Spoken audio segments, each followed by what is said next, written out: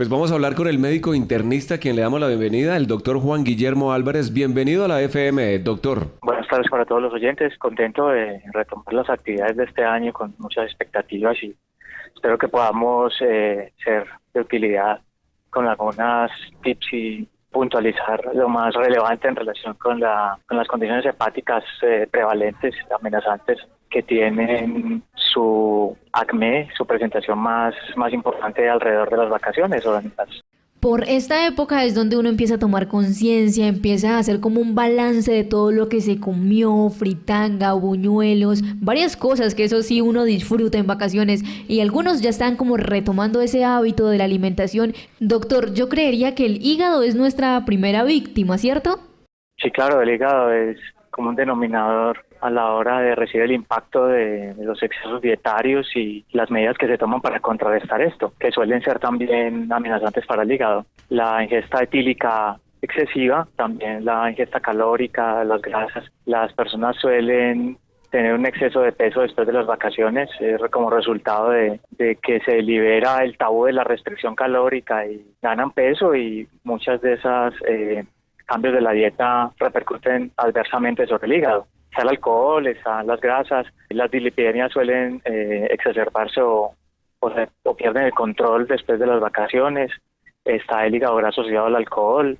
¿Cómo contrarrestar el exceso que tuvimos en el fin de año, en las vacaciones, para poder mejorar nuestro cuerpo y nuestra salud?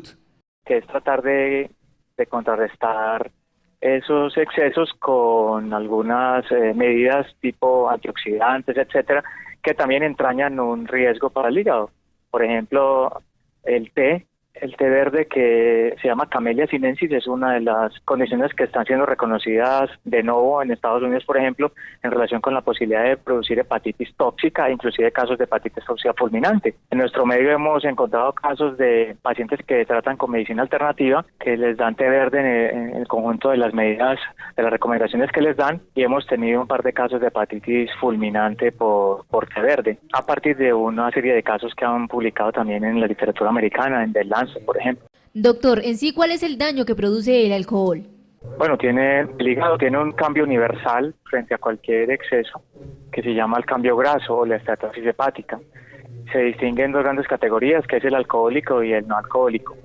El alcohólico, pues, era muy importante, inclusive como etiología de la cirrosis, más de una generación atrás, pero recientemente se presenta mucho más asociado a la epidemia de la diabesidad, la diabetes con la obesidad, al hígado graso no alcohólico. Pero el alcohólico, pues, finalmente sigue siendo una anoxia importante, y en esta temporada navideña obviamente siempre vuelve otra vez a la palestra el tema del exceso del alcohol. Entonces el cambio básicamente consiste inicialmente en una sobrecarga grasa del hígado. El hígado tiene la capacidad para almacenar a través de los triglicéridos, de los kilomicrones, las lipoproteínas de muy baja densidad, y durante mucho tiempo puede permanecer en esa condición de hígado graso, pero llega un momento en que se reactiva un componente inflamatorio de esta acumulación, y ya se llama la esteatohepatitis, y es un continuo que va desde el cambio graso hasta la cirrosis y la falla hepática. Entonces es cuestión de tiempo, es cuestión de la capacidad acetiladora, de la capacidad hepática, que es individual, pero finalmente es una condición que en potencia puede conducir hasta una falla hepática. Sigamos con ese tema del té verde, doctor. ¿Por qué está relacionado con las condiciones hepáticas? ¿Qué es lo que sucede? ¿Qué es lo que tiene el té verde que realmente lo relacionamos? Bueno, es una condición idiosincrática. Nadie sabe qué susceptibilidad puede tener frente al té verde. Lo más recomendable es tomar el té convencional, el té estandarizado, homogenizado de marca, que tradicionalmente se ha consumido durante generaciones y que no está asociado a ese potencial de daño tóxico. Sería impredecible reconocer qué persona podría ser susceptible a una hepatitis tóxica, y por lo tanto sistemáticamente se debería evitar la exposición a esa potencial toxina hepática. Pero es curioso cómo una de las herramientas que tenemos a mano para detoxificar el hígado, que es la N-acetilcisteína, curiosamente también tiene un papel en la catarsis intestinal.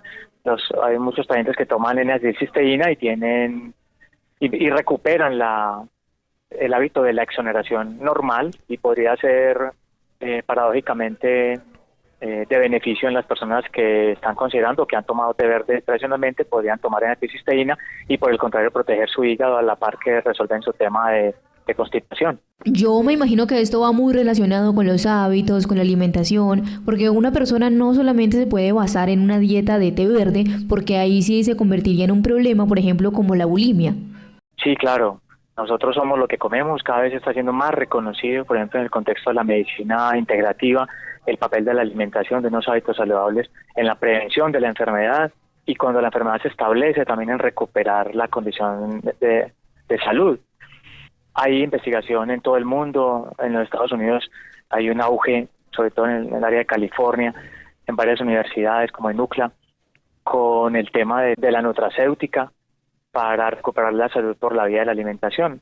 Ahí obviamente en enfermedades tan protuberantes como el cáncer se reconoce el papel etiogénico de algunos nutrientes, las grasas, la carne roja, y por el contrario los vegetales en la prevención del cáncer.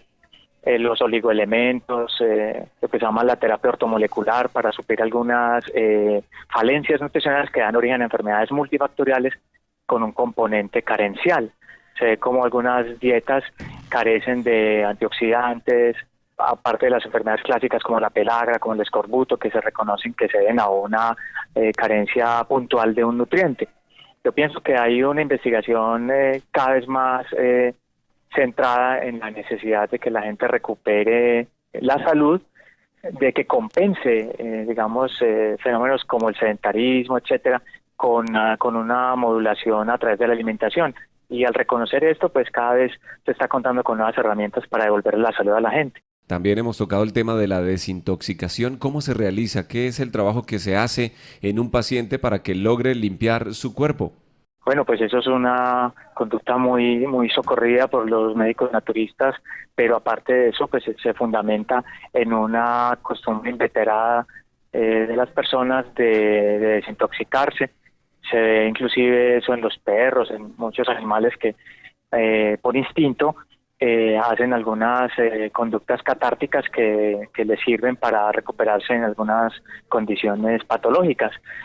Tradicionalmente hay algunas recetas de desintoxicación, por ejemplo, hay algunas recetas magistrales que se utilizan, la nux vomica, por ejemplo, la coloterapia, que consiste en hacer un efecto catártico importante para detoxificar el organismo. Sin embargo, existen, desde el punto de vista de la medicina integrativa, algunas recetas que, considerando nutrientes que están al alcance de todos, básicamente en vegetales, que nos pueden ayudar a desintoxicarnos. Estamos hablando de los jugos verdes, del apio, el aloe. A propósito, doctor, ¿el aloe es cierto que se debe usar por determinado tiempo? Sí, el aloe cuando se utiliza más de 7 a 10 días, puede bajar el potasio, asociarse a condiciones musculares, arritmias cardíacas. Entonces el aloe, que es muy importante, no solo para el tubo digestivo, sino también para el tracto respiratorio, hay que tomarlo con una posología bien definida, o se puede tomar intermitentemente, con periodos de descanso y periodos de exposición, para gozar de lo bueno que tiene y evitar que nos perjudique lo potencialmente dañino. Doctor, el popular guayabo, como le llamamos nosotros coloquialmente, pero esa desintoxicación del licor, ¿cómo se hace? O sea, es decir, la gente, ¿cómo logra desintoxicarse después de haber tenido unas vacaciones llenas de licor? Bueno, pues el alcohol es una noxa tan históricamente importante que inclusive hay especialidades, hay diplomados alrededor del tema del alcohol, hay monografías que se dedican solamente a mirar los impactos deleterios del alcohol sobre la salud. Pues en relación con la toxicidad alcohólica aguda que tú mencionas, la intoxicación alcohólica, la resaca, etcétera, pues obviamente consta del edema cerebral, hay una depresión del complejo B, puede haber una hipoglucemia, se presentan arritmias cardíacas, o la sintomatología pues se centra en el sistema nervioso central, a nivel digestivo. La forma como se podría contrarrestar ese efecto, inclusive prevenirlo, sería exponiéndose a una dieta rica en grasas previamente al alcohol para retardar la absorción, que se produzca una absorción gradual y no brusca, que los efectos no sean, el impacto no sea tan agudo. Se podría tomar un beta bloqueador de forma profiláctica para evitar los efectos cardiovasculares, las palpitaciones, inclusive lo que se llama el Holy Heart, que es la taquiarritmia supraventricular asociada al alcohol, inclusive el guayabo también como tal. La hidratación aguda, importante después de la exposición, evitar tomarlo concomitantemente con otras cosas que puedan tener un efecto potenciador de la sedación tóxica. Hay algunas personas conocen los rituales para evitar el impacto demasiado fuerte del alcohol, consumir alimentos grasos antes, tomar beta bloqueadores el día anterior para evitar los efectos cardiovasculares, la hidratación importante para evitar el edema cerebral y no suspender la ingesta cuando la ingesta de alcohol es muy sostenida. Estar comiendo también, estar aportando calorías para evitar la hipoglucemia. Y a nivel crónico, pues obviamente ya forma parte de lo que se llama las adicciones y hay que utilizar pues el programa de 3 pasos, o lo que se ha indicado para que la persona reconozca que está abusando del alcohol, que debe estar en un programa para retirarse de la adicción. ¿El daño hepático hecho por el alcohol se puede revertir o se puede curar? Sí, claro, se puede revertir agudamente, se puede curar cuando está en un nivel de esteatohepatitis y dentro de un programa integral del retiro de la adicción al alcohol, pero una vez alcance pues una fase muy avanzada, que llegue a tener cambios fibróticos o una cirrosis hepática, pues estamos hablando de una condición terminal que no es reversible, que solamente se puede manejar paliativamente. Doctor, ¿a qué síntomas debemos estar alertas cuando el hígado ya está dañado? ¿Qué síntomas son los que se presentan? Bueno, lo que pasa es que la cirrosis hepática ya es una enfermedad avanzada. Hay síntomas sistémicos, el hígado es el agente generador de la síntesis proteica a nivel del organismo, entonces la albúmina tiene fuente hepática, los factores de coagulación desde la vitamina K también se generan en el hígado, entonces se produce un desequilibrio nutricional, se produce un problema de coagulación, se produce un problema nutricional pues sistémico, la detoxificación hepática que permite que nosotros nos liberemos de las toxinas que pueden, al llegar al sistema nervioso central, ocasionar una encefalopatía, también no van a poder manejar, eso puede prevenir las alteraciones del sistema nervioso central. Entonces, pues hay síntomas generales como la astenia, la dinamia, la anergia, la falta de concentración, la pérdida de peso. Cuando está avanzado se produce la ascitis, la distensión del abdomen, se producen problemas de coagulación, empieza a aparecer trombocitopenia, las plaquetas se vienen abajo, y en general se produce una declinación funcional del individuo a nivel multisistémico, porque el hígado es el cruce de caminos del metabolismo y de la anabolia, de la función anabólica. Entonces prácticamente es una enfermedad que no deja ningún sistema indemne al daño hepático. Pero no falta que uno a veces quiera como salir a tomar. ¿Qué recomendaciones debemos tener para evitar un daño hepático? Bueno, yo creo que como todas las exposiciones a sustancias que pretenden ayudarnos en el contexto de la celebración, esa misma celebración debe ser un ritual armónico en el contexto de la experiencia vital. Debemos tomar para compartir con otros en un escenario cálido, equilibrado, no descuidar las otras cosas, comer sanamente, compartir también con los otros todo el tema pues, de una alimentación balanceada, disfrutar en grupo de esa misma alimentación balanceada en la cual están incluidos los antioxidantes y medicamentos como la N-acetilcisteína, que tiene un efecto hepatoprotector. Hay otros tradicionalmente pues como la silimarina y otras cosas que se han utilizado, el complejo B, que también tienen un papel para proteger el hígado, pero todo debe ser, creo que, evitar el exceso emplear el alcohol en dosis moderadas, conociendo de alguna manera, según nuestra experiencia, cuál es nuestro nivel de acetilación, si somos buenos acetiladores, toleramos bien el alcohol. Genéticamente, en general, nosotros no tenemos una condición de ser muy buenos acetiladores y somos sensibles al alcohol de una forma más intensa, más vulnerable que los europeos, por ejemplo. No tenemos el hígado de un escocés para consumir scotch. O un ruso con el vodka de 70 grados. Uf, tremendo, claro. Pienso que es eso.